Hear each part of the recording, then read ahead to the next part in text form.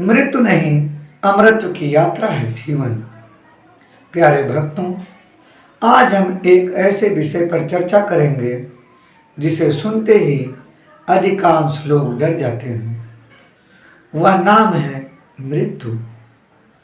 मृत्यु का नाम आते ही मन में अंधकार, भय और पीड़ा छा जाती है। लेकिन क्या वास्तव में मृत्यु इतनी भयानक है? क्या मृत्यु अंत है? नहीं, शास्त्र हमें बताते हैं कि मृत्यु अंत नहीं बल्कि अमृत की यात्रा की शुरुआत है। गीता के दृष्टिकोण से श्रीमद् भागवत गीता के द्वितीय अध्याय में श्री कृष्ण ने अर्जुन को समझाया है। समझाया क्या है?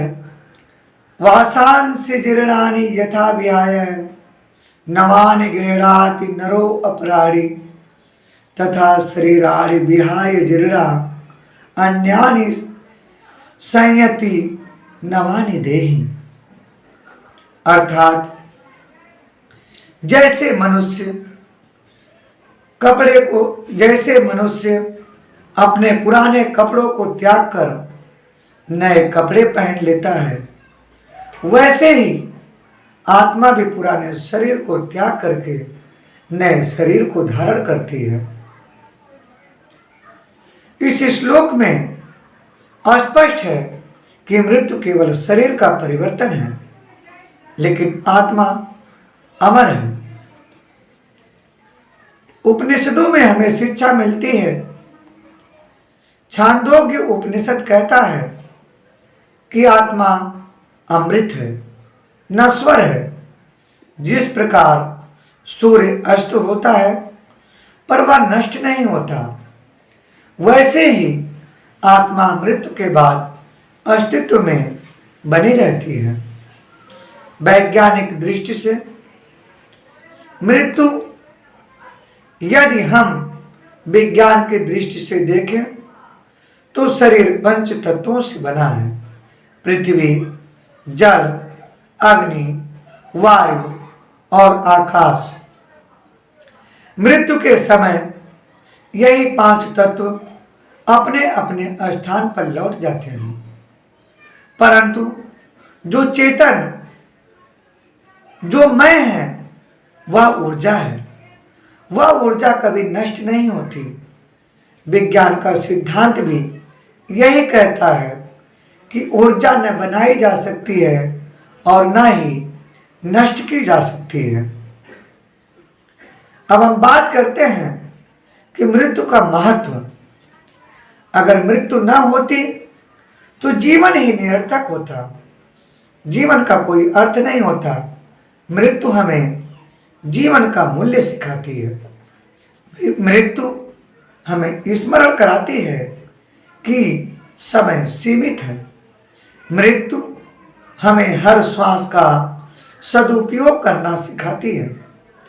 मृत्यु हमें लोभ, क्रोध और अहंकार से मुक्ति होने का अवसर देती है।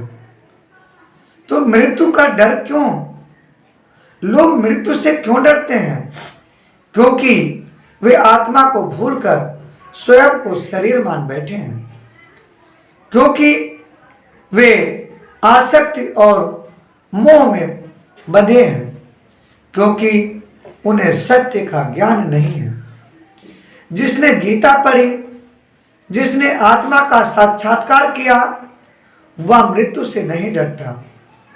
साधु संतों की दृष्टि से कबीरदास जी कहते हैं, जब हम आए जगत में जग हंसे हम रोए, ऐसी करनी कर चलो हम हंसे जग रोए। सच्चा जीवन वही है जो मृत्यु के समय मुस्कुरा सके और दुनिया को आंसुओं में छोड़ सके।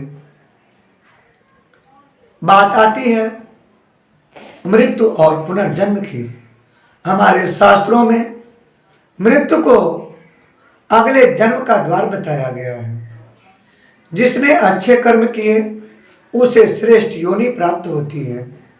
जिसने पाप कर्म किए उसे कठिन योनि में अर्थात 84 लाख योनियों में भटकना पड़ता है। अतः मृत्यु केवल देह का अंत नहीं बल्कि आत्मा की यात्रा की नई शुरुआत है। कल्पना कीजिए कि कोई बच्चा मां के गर्भ में है। गर्भ से बाहर निकलते समय उसे लगता है कि मैं मर रहा हूं, लेकिन वास्तव में वह मृत्यु नहीं बल्कि एक नए जीवन का जन्म है। ठीक उसी प्रकार मृत्यु भी जीवन का अंत नहीं बल्कि आत्मा का नए शरीर में जन्म है। साधना और मृत्यु पर विजय। जो मनुष्य भक्ति, ध्यान और सत्य मार्ग पर चलता है वह मृत्यु से भयभीत नहीं होता।